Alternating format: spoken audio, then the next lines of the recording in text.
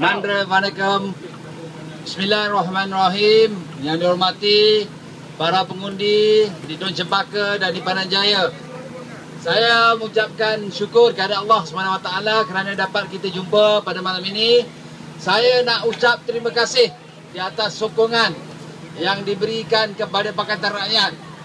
Tuan-tuan dan puan-puan sekalian, kalau ikut kepada risikan military intelligence ke ataupun polis special branch ke, Pakatan Rakyat berada di hadapan. Ya. Pakatan Rakyat boleh dan kita jangka akan membentuk kerajaan dengan merampas Putrajaya. Boleh atau tidak? Boleh. Tuan-tuan dan puan-puan sekalian, kita telah buktikan di negeri Selangor bagaimana kerajaan Pakatan Rakyat Negeri Selangor telah mentadbir Selangor dengan baik. 5 tahun lepas, kita telah mengambil alih negeri Selangor. Macam-macam kita dengar bahawa Selangor akan bankrupt. Selangor akan menjadi negeri yang mundur. Tetapi setelah 5 tahun, kita lihat contohnya reserve negeri Selangor semasa 2008 ketika pentadbiran Barisan Nasional adalah lebih kurang 400 juta sahaja. Tetapi sekarang ini, setelah 5 tahun ditadbir oleh Pakatan Rakyat, reserve Selangor telah naik kepada 2.6 juta. 2.6 juta. Sudah hampir berapa kali? Lebih daripada 6 kali. Jadi bermakna siapa kata Pakatan Rakyat tidak boleh memerintah? Mereka juga kata, kalau Pakatan Rakyat memerintah, bermakna bahawa pelabur-pelabur akan lari daripada Selangor. Pelabur-pelabur akan lari dan negeri Selangor akan menjadi negeri yang mundur.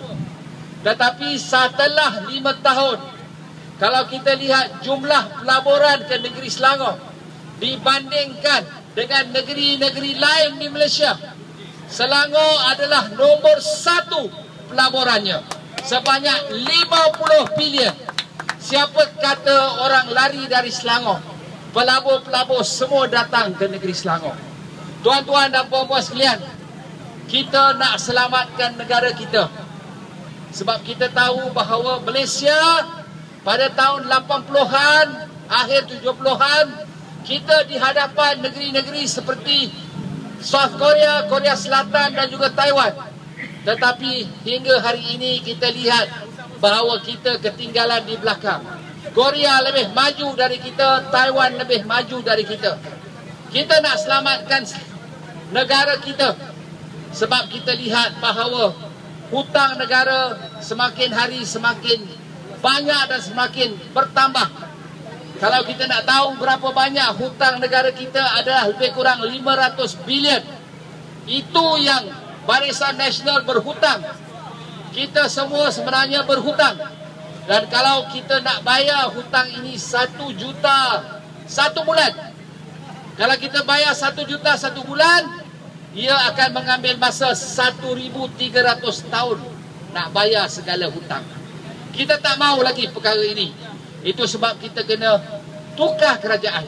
Janji kita, di antara janji-janji kita adalah kita nak turunkan, kita nak hapuskan tol lebuh raya. Sekarang ini, kalau kita duduk di negeri Selangor, kita tak boleh pergi bergerak ke mana-mana, kita akan jumpa tol. Semua kita pergi akan jumpa tol.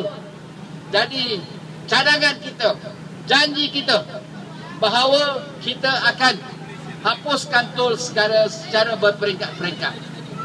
Nombor 2, janji kita adalah kita hendak turunkan harga minyak. Kita adalah negara yang mengekspor dan mengeluarkan petrol. Jadi tidak ada sebab kenapa kita tidak boleh turunkan harga minyak. Tuan-tuan dan puan-puan sekalian, saya minta supaya kita teruskan kecemerlangan Selangor. Air percuma, dulu masa mula-mula kita nak bagi air percuma, Barisan Nasional kata apa? Dia kata kita akan bankrupt. Kalau bagi air percuma, BN kata kita akan bankrupt. Itu BN kata. Tetapi sekarang ini dalam manifesto Barisan Nasional, dia kata dia pula nak bagi air percuma. Ini apa punya cerita ni? Hero. Banyaklah yang dia bagi, banyak yang dia janji nak bagi ini, nak bagi itu. Boleh percaya tak boleh percaya? Tuan-tuan, saya ambil contohlah. Ada satu suami, ada suatu isteri. Suami ini dia tak nak bagi duit pada dia punya isteri. 1 sen dia tak bagi. Dia pukul dia punya isteri. Akhirnya isteri dia lari. Lari pergi kahwin dengan orang lain. Ini orang bagi duit pada dia, bagi nafkah pada dia dan jaga betul-betul. Sekarang dia pergi balik kepada isteri lama. Dia kata, kalau datang pada saya bagi lebih daripada sekarang. Boleh percaya tak boleh percaya? Tak boleh percaya. Jangan percaya kepada manifesto dia. Kenapa sekarang setelah hilang kuasa baru dia nak buat dia punya program-program.